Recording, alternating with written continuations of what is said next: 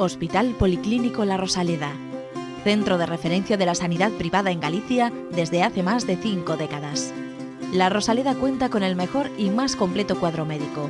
Actualmente está formado por casi un centenar de facultativos altamente cualificados que cubren prácticamente todas las especialidades médicas. Además, dispone de unidades específicas totalmente punteras, como la unidad del sueño, antitabaco, neurología cognitiva, neurofisiología.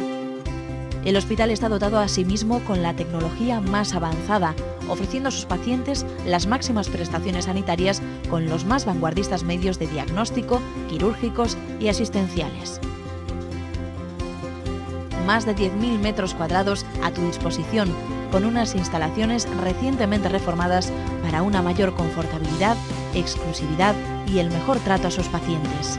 Y todo ello sin esperas y con una financiación adaptada a tus necesidades. Porque lo verdaderamente importante no puede esperar. Por ti, por los tuyos, Hospital Policlínico La Rosaleda.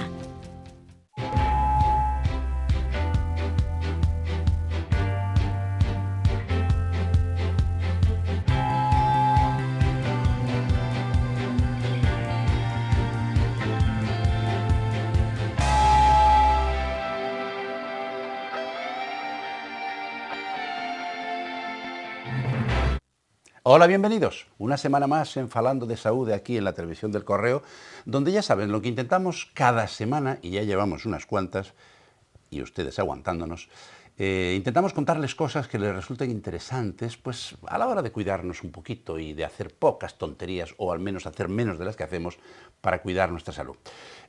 Naturalmente, después de la bienvenida a ustedes, que son los primeros, la bienvenida a mi querida compañera María Almodóvar. Hola, María. Hola, Ignacio, ¿qué tal? Una semanita más. Una más. ¿Qué paciencia tienes, Dios mío? Eres admirable, yo no te entiendo. ¿Qué va? No, es que tú me tratas bien. Ah, ya. Bueno, menos mal, menos Sí. mal. ¿Y entonces de qué vamos a hablar hoy? Pues mira, hoy tenemos un programa muy variado. Así que hoy en Falando de Saúde, entrevista a un otorrinolaringólogo de La Esperanza, del grupo La Rosaleda. A continuación, los espectadores formulan sus preguntas sobre mitos y realidades de los otorrinos. El doctor Balboa explicará la palabra narcolepsia y por último veremos cómo podemos ejercitar la mano para evitar lesiones provocadas por el uso excesivo del móvil, porque estamos todo el día. Tenía razón ella, tenía razón, variadito, variadito. Y efectivamente hay un tema que hay mucha leyenda urbana al respecto. Por eso lo de los mitos está muy bien, porque decía un famoso escritor que lo importante no es lo que ignoramos, sino lo que sabemos y resulta que no es verdad. Así que vamos a dedicar un buen ratito a hablar con un especialista, un otorrinolaringólogo, que ya saben es, ¿cómo es? Garganta, nariz y oídos, eso era. Bueno, pues que nos va a contar precisamente qué mitos son los más frecuentes y además si son verdad o no. Algunos puede que sí y algunos puede que no. El doctor Varela, que es otorrinolaringólogo, trabaja en el ahora Grupo La Rosaleda, antes estaba en La Esperanza. Y Ernesto Varela sabe mucho de esto. Y naturalmente, para eso le hemos invitado. Vamos a empezar por el principio, como siempre. Doctor Varela, bienvenido. Gracias. Vamos a ver. Hay una... Yo he dicho que es garganta, nariz y oídos. ¿Es solo eso o la otorrinolaringología es algo más que eso? Bueno, la otorrinolaringología es una especialidad médico-quirúrgica muy amplia. Y aparte del oído, donde está toda la patología infecciosa, la audición, los problemas de audición, también están los problemas de los mareos, del vértigo de origen vestibular. Luego en la nariz tenemos toda la patología nasal y de los senos paranasales, la cirugía endoscópica nasosinusal, donde podemos llegar incluso hasta el endocráneo y tratar patología junto con neurocirujanos de la glándula hipófisis, por ejemplo. Luego la garganta, pues desde todas las vías aerodigestivas superiores, desde la boca hasta el esófago cervical, y también está incluido dentro del nombre de la especialidad la patología del cuello y de la cara. ¿Vale? Se llama otorrinolaringología y patología cérvico-facial, donde hay pues todos los quistes del cuello, tumores y de la cara, de las glándulas salivares, por ejemplo. Como bien decía Ignacio hace un momento, hay como muchos mitos, ¿no?, y realidades en torno a su especialidad. De hecho, hay padres que son un poco reticentes a operar a sus hijos de amígdalas, ya que estas son las defensas de las vías respiratorias, porque piensan que puede causar problemas en el futuro. ¿Es eso cierto, doctor? Bueno, lo primero, que hay millones de personas operadas de esos problemas y no han tenido ningún problema, y si lo tuviesen no las operaríamos, por supuesto. Lo importante de eso es que se haga bajo una indicación correcta, ¿vale? Entonces, esas defensas, aparte de que el organismo tiene muchas otras defensas, cuando quitamos unas amígdalas o unas vegetaciones, en la zona existe un anillo linfático de Waldeyer que se llama, que está compuesto por esas y por otras formaciones linfoides que suple la función cuando se quitan las amígdalas o las vegetaciones. Sí, porque realmente quitarlas es cuando causan más problemas dejándolas que si las quitamos, ¿verdad? Exacto, sobre todo por problemas obstructivos, porque obstruyen la vía aerodigestiva y entonces provocan problemas respiratorios, la apnea del sueño de los chavales, que además le puede causar en el futuro problemas cardiovasculares por esas apneas. Y hace muchos años yo he operado más de una persona de problemas valvulares cardíacos precisamente por infecciones repetidas de las amígdalas, que se llamaban entonces las fiebres reumáticas, Sí. se llamaban de aquella. Se trataba luego con penicilina. Otro de los mitos, Ernesto, es esto de tener las orejas limpias. Y hay gente que tiene auténtica obsesión. A mí me gustaría primero que explicaras para qué sirve realmente esa cerilla, ese cerumen, que se produce en el pabellón auditivo externo, y que si de verdad es interesante y es bueno quitarlo o hay que ser moderado, ¿cómo es eso? ¿Para qué sirve primero? La cera, para lo que sirve, es una defensa del tímpano, del oído medio, ¿vale? Es pegajosa. ¿Por qué? Porque es para eliminar los agentes externos, los cuerpos extraños que puedan entrar en el oído. Vale, entonces se quedan pegados, ya pueden ser insectos o ramitas o polvo, lo que sea. Y entonces se elimina ella por la formación del conducto auditivo externo sola. Entonces, lo de tener que limpiarlo de manera persistente y continuada o meterse los bastoncillos que te llegan hasta el cerebro, más bien poco recomendable, ¿no? No recomendable. ¿Por qué? Porque además de que no limpias nada, sino que introduces más para adentro y la compactas y haces que el tapón sea más duro y que no salga, lo peor de todo no es eso, que eso se limpia y ya está, es que estimulas las células que lo producen, porque es un cuerpo extraño que estás metiendo en el oído y se forman más células, entonces formas más cera y entonces es un círculo vicioso y al final tendrás que ir cada 3 meses, 6 meses, un año a limpiar los oídos porque tú mismo has hecho y eso ya no tiene vuelta atrás además. Me acuerdo, ¿te acuerdas, María, que aquí un día una doctora nos dijo que las orejas había que lavárselas con los codos? Ah, sí. Sí, eso es un clásico. Es un clásico. Es verdad. ¿Y qué ocurre con el mito de lavarse, o sea, de mojar los oídos? Bueno, los oídos, todo el mundo, una persona sana puede mojar los oídos. No es necesario que los tape en la piscina, ni para ducharse, ni nada. Solo hay unas excepciones, que son la gente que tiene patología de oído medio, los oídos perforados, porque falta la barrera que está entre el oído externo y el oído medio, y la gente que por la formación de su conducto, que es muy estrecho, pues no se ventila bien y entonces tienen eczemas o tienen tendencia a tener otitis externas. Esa gente, cuando le da problemas el agua, es mejor que no se los moje. Pero la gente normal debe mojárselos, porque de hecho el agua es como se limpia el oído. Claro. Hay veces, tú comentabas, Ernesto, que se forman, o bien porque lo hacemos mal, o bien de manera natural, que se forman tapones. Tapones que además dificultan en algunos casos la audición. ¿Y ahora qué hacemos? ¿Cómo los quitamos? Primero hay que ir al otorrino, no hay que hacer cositas en casa por si acaso. ¿Y qué métodos utilizáis para sacarlos? Bueno, el que haga falta, la verdad. Se puede quitar de varias formas, con instrumental, con aspiración o con agua. Vale. Lo menos lesivo es el agua, porque el agua tú la metes a presión, entonces entra por debajo del tapón y lo expulsa hacia afuera, porque no puede salir por otro lado. Claro.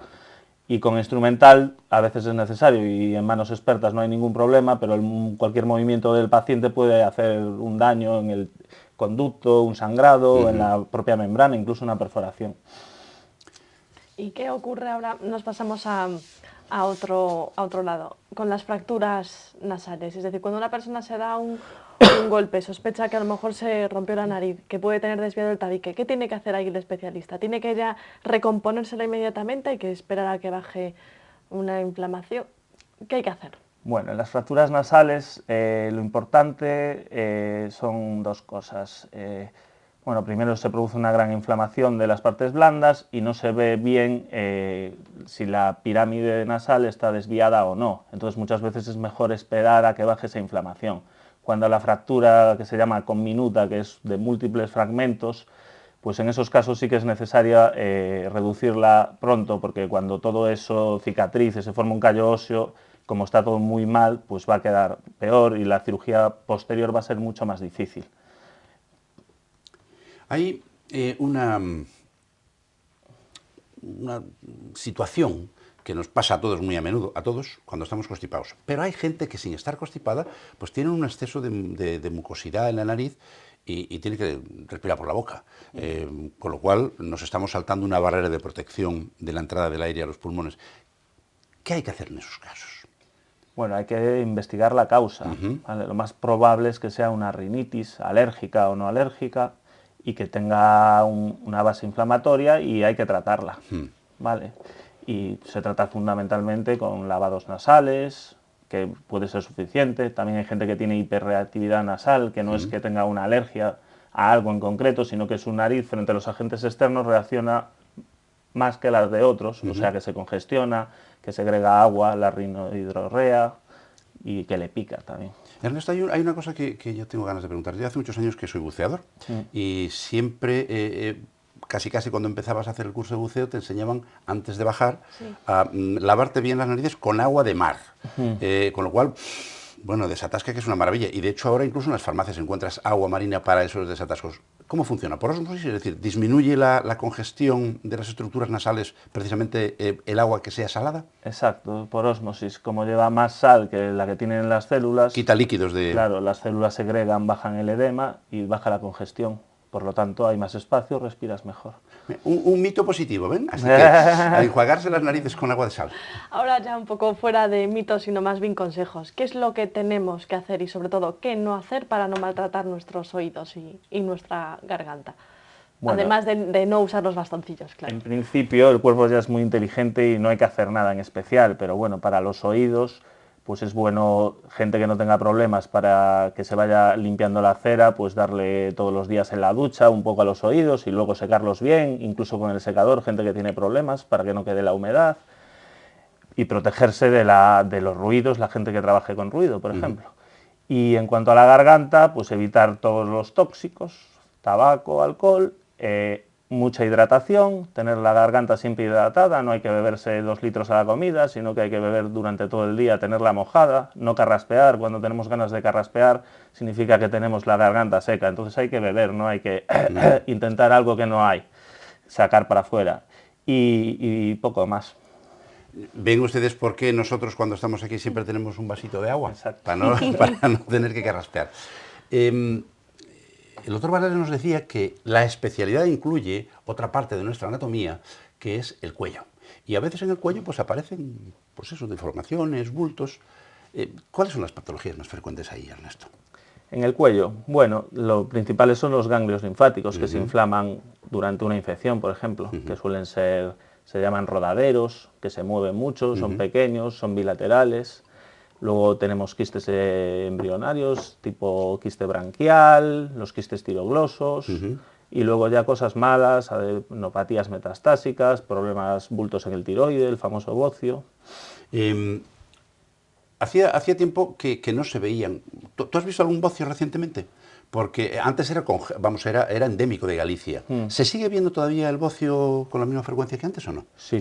O sea, con la misma frecuencia que antes no lo sé, pero en Galicia hay mucho bocio multinodular y muchas mujeres a partir de los 30, 40 años tienen nódulos. Aparte, es una patología benigna, pero cuando crece mucho y hay muchos nódulos, no hay tejido funcional, entonces se produce un hipotiroidismo porque ya no se produce la hormona. Y aparte, cuando crece mucho, la cirugía se complica. Entonces, a partir de unos límites es mejor quitarlo y tomar las pastillas de hormona, porque si no puede incluso meterse en el tórax o comprimir, que es la causa de que se quite la clínica obstructiva que produce. Hace muchos años, cuando yo estudiaba en la universidad, leí un día un artículo de un eminente endocrino entonces, que decía que el bocio endémico en Galicia se debía a que comíamos muchísimos grelos. Porque, sí, lo relaciono, fue una cosa muy curiosa. Cuando se estudió más en profundidad, pasados los años, y la ciencia averiguó cuál era la composición de los grelos, se descubrió que para que nos diera bocio los grelos teníamos que comer unas cuantas toneladas de ellos. Así que sigan comiendo grelos, que no le va a salir bocio. Bueno, por eso. estoy salvada entonces. En fin, llegamos al momento de... Bueno, volvemos a los oídos. ¿Qué ocurre con las prótesis auditivas? ¿En qué momento hay que usarlas? Y sobre todo, ¿cuándo hay que elegir un audífono o un amplificador de estos que anuncian por la tele baratísimos frente a los audífonos que son carísimos? Cuando te lo diga el médico. Claro, pero claro, porque nos lo diga, ya que tenemos un médico aquí. A ver, los audífonos son una ayuda para la audición. Yo siempre le digo a los pacientes que cuando hay una pérdida auditiva no es lo mismo para una persona que vive con su familia en el campo que una persona que trabaja detrás de un mostrador, ¿vale? Le da más o menos problemas. Entonces, la persona es la que sabe si tiene problemas en su vida diaria y necesita una ayuda para ganar en calidad de vida, para la gente mayor, para que no se aísle porque no oye. Y entonces, en esos casos, da igual el nivel de audición que tengas, puede ser en uno aconsejable y en otro no. En cuanto a los amplificadores estos que anuncian por la tele, pues son muy baratos, pero las pérdidas auditivas son todas distintas. No es cuestión de darle volumen y de subir el volumen. Hay gente que cuando llega a un volumen muy alto le molesta y oye peor. Entonces no es tan fácil. Hay que adaptarse, hay que regularlos. Entonces son muy baratos. Si te arreglan el problema, pues vale, pero a lo mejor seguramente no te lo arreglen, porque no es tan fácil arreglar ese problema. Hablando de ruidos, hay unos ruidos que la gente a veces se queja, no, es que a mí me pita el oído o tengo un zumbido permanente. Ernesto, ¿eso es verdad o realmente esos que se llaman acúfenos, qué origen tienen? El origen de los acúfenos es muy complejo, ¿vale? Puede haber múltiples etiologías, causas, desde problemas en la mandíbula, problemas en el cuello, un tapón puede dar un acúfeno, cualquier infección del oído, el fallo de la audición, cuando envejece la presbiacusia puede dar acúfenos, patologías con mareos asociados a acúfenos como la enfermedad de Menier, hay múltiples, podríamos estar aquí toda la... Y además no tiene que ser continuo, puede ser de vez en cuando te aparece, otras veces se va, es decir, sí, no tiene relación con nada a veces. Sí, muchas veces no se sabe la causa, porque el oído, aparte de oírlo de fuera, también oye lo de dentro, claro. Y entonces a veces, cuando es un acúfeno pulsátil, por ejemplo, puede ser por la tensión arterial alta, porque hay arteriosclerosis de la carótida que está obstruida, entonces la oímos, por una hipertensión intracraneal benigna. Así que no se asusten cuando les tengan ruiditos en los oídos, simplemente vayan al médico y que les diga qué es lo que tienen. ¿Tú no habías oído eso de que si te pitaba el oído derecho es porque estaban hablando bien de ti? Y si es el izquierdo, mal. Eso sí que es un mito. Eso sí que es un mito. Eso sí. Bueno, ¿tenemos preguntitas de nuestros televidentes? Claro que sí. Vamos allá.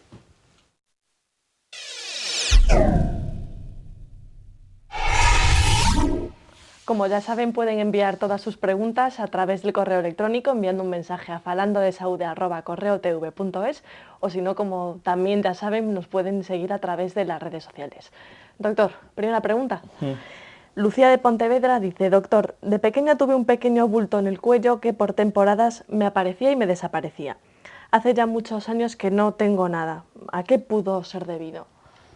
Bueno, a ver, una cosa que aparece y desaparece normalmente no es nada. Y si hace muchos años que no la tiene, pues seguramente no sea nada.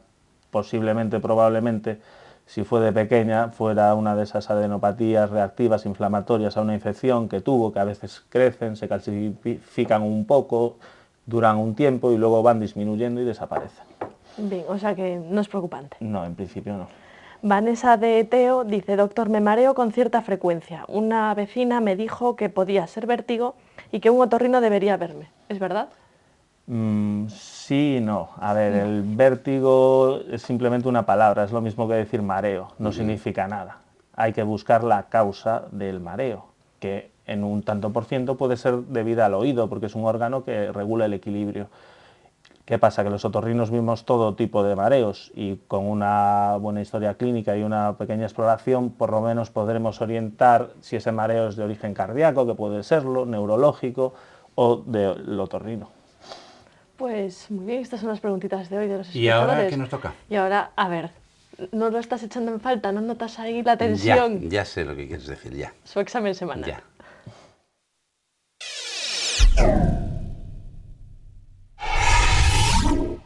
Como la semana pasada fue el Día Mundial de esta enfermedad por la que te voy a preguntar, pues ahora te pido que nos lo expliques. ¿Qué es esto de la narcolepsia? Narcolepsia. Bueno, narcolepsia. A ver, para empezar, no tiene nada que ver con el narcotráfico, ¿eh? Son cosas distintas. Narcolepsia es una palabra que define una enfermedad que proviene del griego, como casi todo lo que les contamos aquí, porque María tiene especial querencia por las palabras de origen griego, algunas veces latinas también. Narco significa torpeza y lepsia significa que la tienes, vamos. Entonces narcolepsia es que te vuelves torpe. Dicho en román paladino, que te duermes, pero que te duermes a todas horas, sobre todo durante el día. La verdad es que como es algo que tampoco se le da mucha importancia, pues el niño que se queda adormilado, sin venir a cuento, cuando está en clase, no, estará aburrido. Es una enfermedad que está muy poco diagnosticada y sin embargo las consecuencias pueden ser graves. ¿Por qué? Pues porque puede condicionar tu vida profesional. Te puedes quedar dormido al volante, te puedes quedar dormido trabajando y si tienes un trabajo en el cual tienes que prestar especial atención, puede tener problemas. Es una enfermedad seria, no es para tomarse la broma. Sin embargo, precisamente porque como no parece nada importante, el promedio de tiempo que se tarda en diagnosticar, según las autoridades sanitarias, es de 15 años. Es decir, hay gente que tarda 15 años en ser diagnosticada, el promedio. O sea, algunos 30 y otros que no se les diagnostica en la vida. Y es la segunda causa de trastornos del sueño más importante que hay, porque además suele ir derivada de otros problemas del sueño, la gente que duerme muy mal, que tiene incluso pesadillas muy vivas, que las recuerdan y lo pasan fatal, suele ir asociado también al tema de la narcolepsia. Las causas, ¡puf! Si yo la supiera, la patento y me forro. La verdad es que no tenemos ni idea. Tampoco es muy frecuente, ¿eh? Es decir, estamos hablando en Europa a lo mejor de un 1 o un 2% de gente que está afectada, pero esa gente lo pasa realmente mal y sobre todo afecta muchísimo a la vida social, porque claro, ¿a dónde vas a ir que te inviten a cenar y te quedes dormido en la cena? La verdad es que queda fatal, ¿verdad? Por tanto, no crean ustedes que es banal. Cuando sospechen que alguien de su entorno familiar o cercano que se queda dormido en todas partes, recomiéndele que vaya al médico porque hay que meterle en una unidad del sueño y hacerle un estudio en profundidad para ver cuál es la etiología, la causa, de dónde viene esa especial tendencia a quedarse dormido en todas partes. Así que narcolepsia, ya saben, quedarse dormido. Entendido, muy bien, como todas las semanas. ¿Y ahora? Y ahora, ¿tú sabías que cada vez hay más dolencias por usar determinados dedos en el teléfono móvil? Por estar ahí todo el día y... No, se decía cuando se empezaron con los teléfonos móviles que dentro de unas generaciones vamos a tener el dedo gordo mucho más gordo que los otros, por de tanto darle. Pues nada, pues vámonos a la Rosaleda que nos den unos consejitos.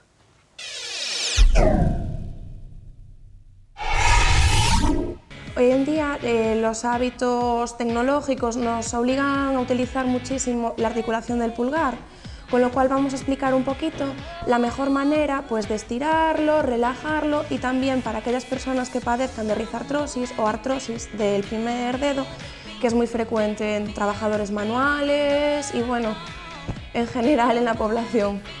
Empezaremos con unos pequeños estiramientos, sobre todo de la eminencia tenar, que es todo este paquete que estamos tocando, de la siguiente manera. Empujaremos la mano que estamos tratando, tirará hacia afuera y nosotros con la otra traccionaremos con todos los dedos hacia el sentido contrario.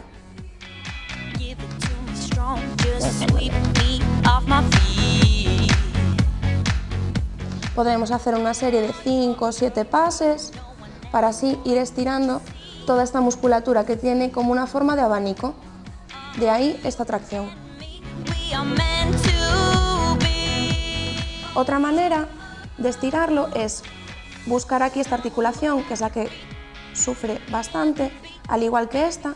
Entonces cogeremos con nuestra mano todo el dedo y traccionaremos haciendo pequeños círculos.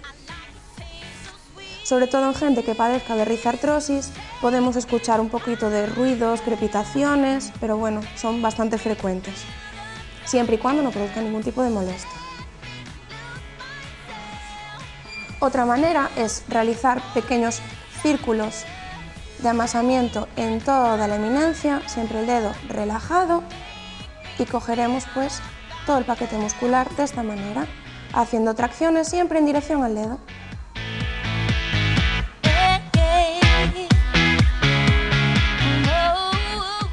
Resultará también muy interesante estirar toda la musculatura de los antebrazos, tanto de esta zona, que son todos los epitrocleares. Se puede realizar de esta manera. Tiraremos de la palma hacia atrás, siempre enseñando la palma enfrente, ¿de acuerdo? Y estirando bien el codo, tirando mucho de los dedos. Evitaremos toda sensación de quemazón, siempre tiene que ser un estiramiento agradable. Y cuidado con los problemas del túnel carpiano, porque bueno, pueden reactivarse un poquito las molestias. La otra manera, la otra zona a estirar, será la zona de los epitrocleares y se estirará del sentido contrario, en este sentido. Los estiramientos siempre serán más allá de 20 segundos, entre 20 segundos y 1 minuto. Bueno, y se nos acabó el tiempo. Ya lo siento, yo me lo paso muy bien, María también, nuestros invitados en general también, aunque la verdad hoy Ernesto ha estado así un poquito tal porque era la primera vez que venía, pero ya se acostumbrará, cuando lleven 2000 años como nosotros no pasa absolutamente nada. Ernesto Varela, muchísimas gracias. Ya saben que lo tienen en el Policlínico de la Rosaleda, vamos, en el Grupo Rosaleda, la verdad es que está en La Esperanza, para atenderles cualquier duda. Y si tienen algún problema de otorrino, ya saben, hay alguien que les va a atender. María, una semana más, muchísimas gracias. A ti, por supuesto. Y a ustedes, ¿qué les voy a decir? Agradecerles la paciencia, porque anda que no nos aguantan. Que, Dios mío, lo que tienen que aguantar aquí y los años que llevan aguantándonos. Bueno, pues sigan ustedes, que nosotros estamos encantados. Y si les parece bien, después de que yo les dé las gracias hoy por acompañarnos, vuelvan la semana que viene, que aquí estaremos de nuevo. Y hasta entonces, ya saben, mi mejor deseo, salud y suerte.